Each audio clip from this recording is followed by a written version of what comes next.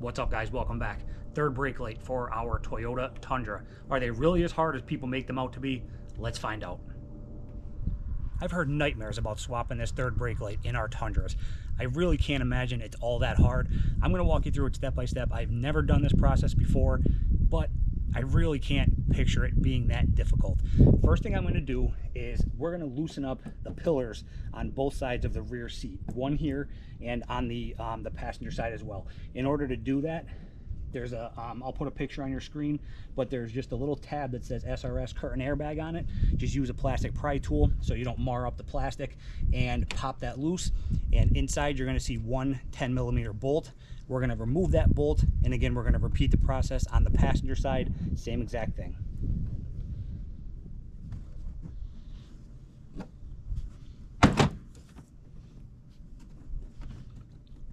And then once you remove that 10mm bolt, it is held on with one of the pop clips that holds all the other panels on in the truck. So that's in the back corner, so just pop that loose, and now you can see the top end is free, and it's going to let us remove the headliner a little bit easier.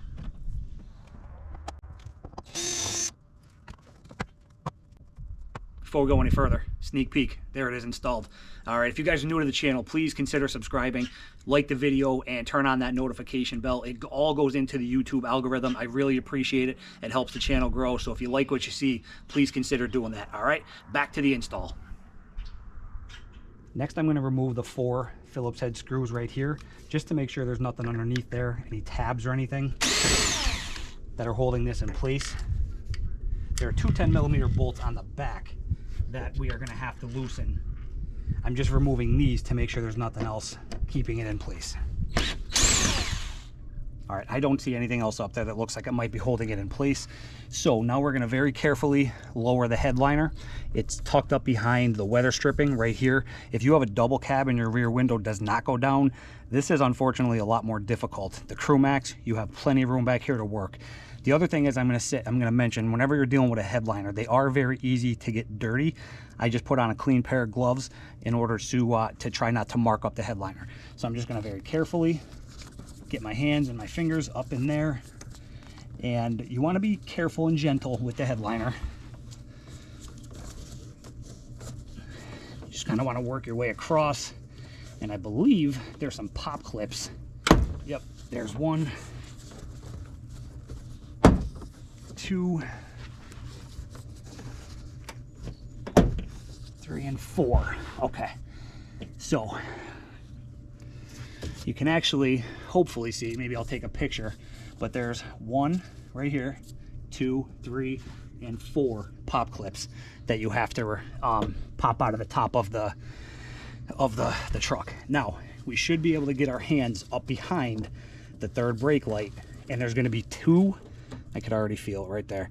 There's going to be 2 10mm nuts that we have to remove from the back of the third brake light. 1 right in this area. I could actually feel it right there. And then there should be 1 on this side. Yep. It's right there.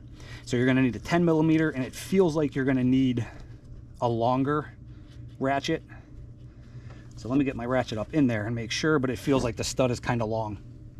Now this goes without saying, but if you have a magnetic socket, I would definitely use that. Now the third brake light, which I'll show you, that I purchased, it actually came with its own nuts. So if I do happen to drop one of these when I'm taking them out, not such a big deal. Mine came with new ones. But again, if you did purchase a third brake light and it didn't come with its own nuts, just be very careful that you don't drop these 2 down inside the truck when you're removing them.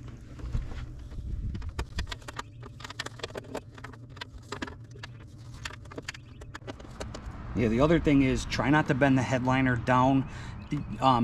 Keep it as minimal as possible. Now I could already tell that I've grabbed onto, you definitely need a longer socket for this, and I could already tell I've grabbed onto this one.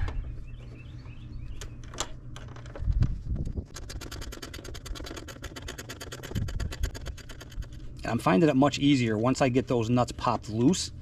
I put my socket down, and I just have my finger up in there to get the nut the rest of the way off. Again, just being careful not to drop, hopefully. But again, I don't really, I actually did drop it. Now there's a little groove back there. I have a magnetic tool that I could stick in there to grab it, which I will do before I put the new one on. But again, my third brake light came with new nuts. So now that those two are off, it may be stuck with some adhesive foam. So let me see how easily this will pop off here.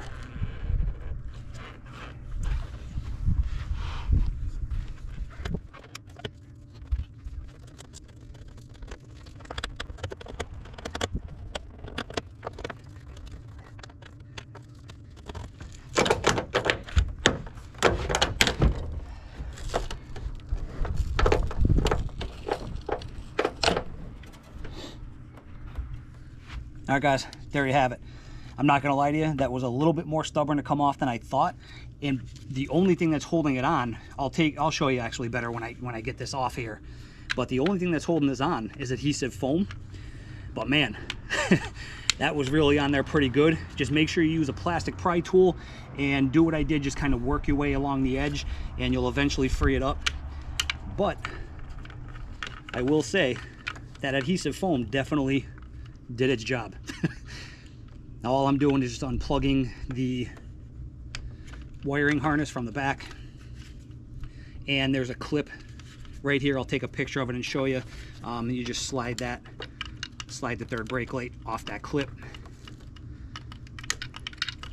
and there you have the back of the assembly. So that adhesive foam is all that was holding that in place, other than the 10mm, and you can see the studs here. Those are the two studs that you have to reach up in there and get those nuts off of. But man, that adhesive foam is on there really good.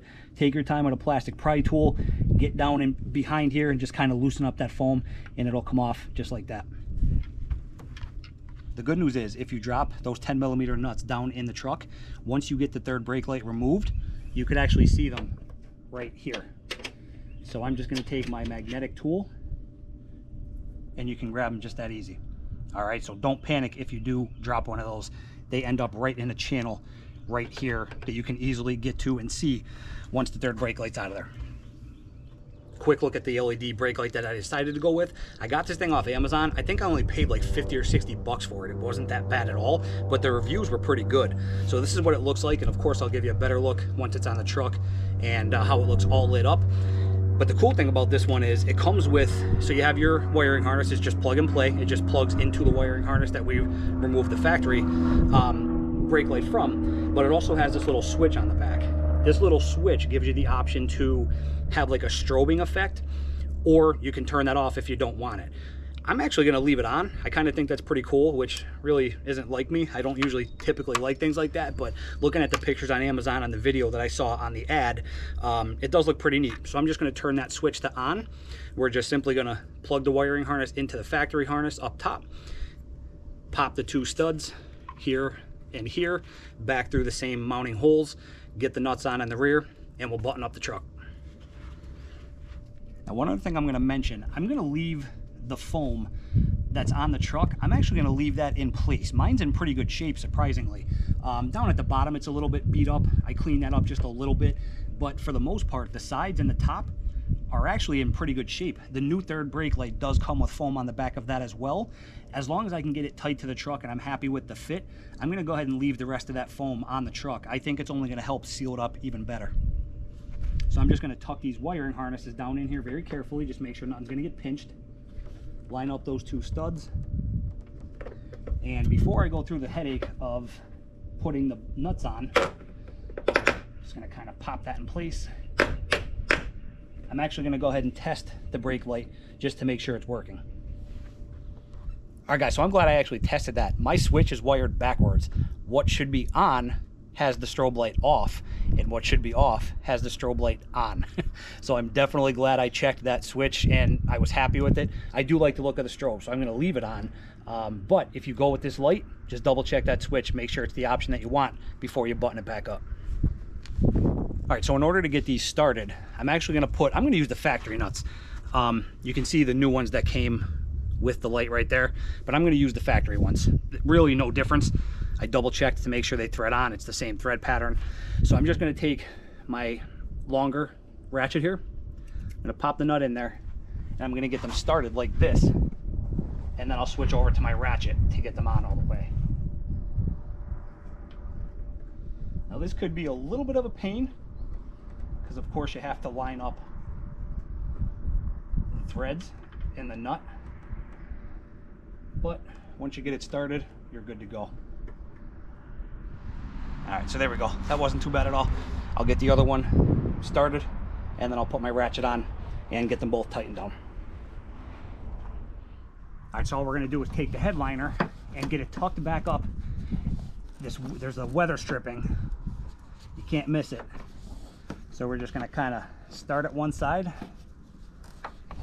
get it all tucked back up underneath there, and don't forget those 4 pop clips. So actually what I'll do is I'm going to pop those clips in first to kind of hold it in place, and then we'll work around the edges. Again, wearing clean gloves just so you don't get your headliner all dirty. Alright, so I felt and I heard all 4 clips pop back in. So now we'll just go around and get this tucked up in behind this weather stripping. Just using a plastic pry tool, you can see here.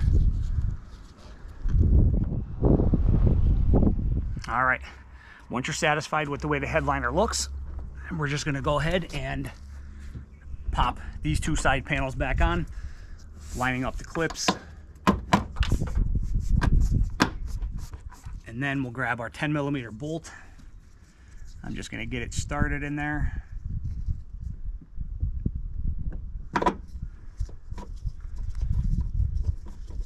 Install's complete. Let me give you a look at the brake light and the bed lights when you open the doors.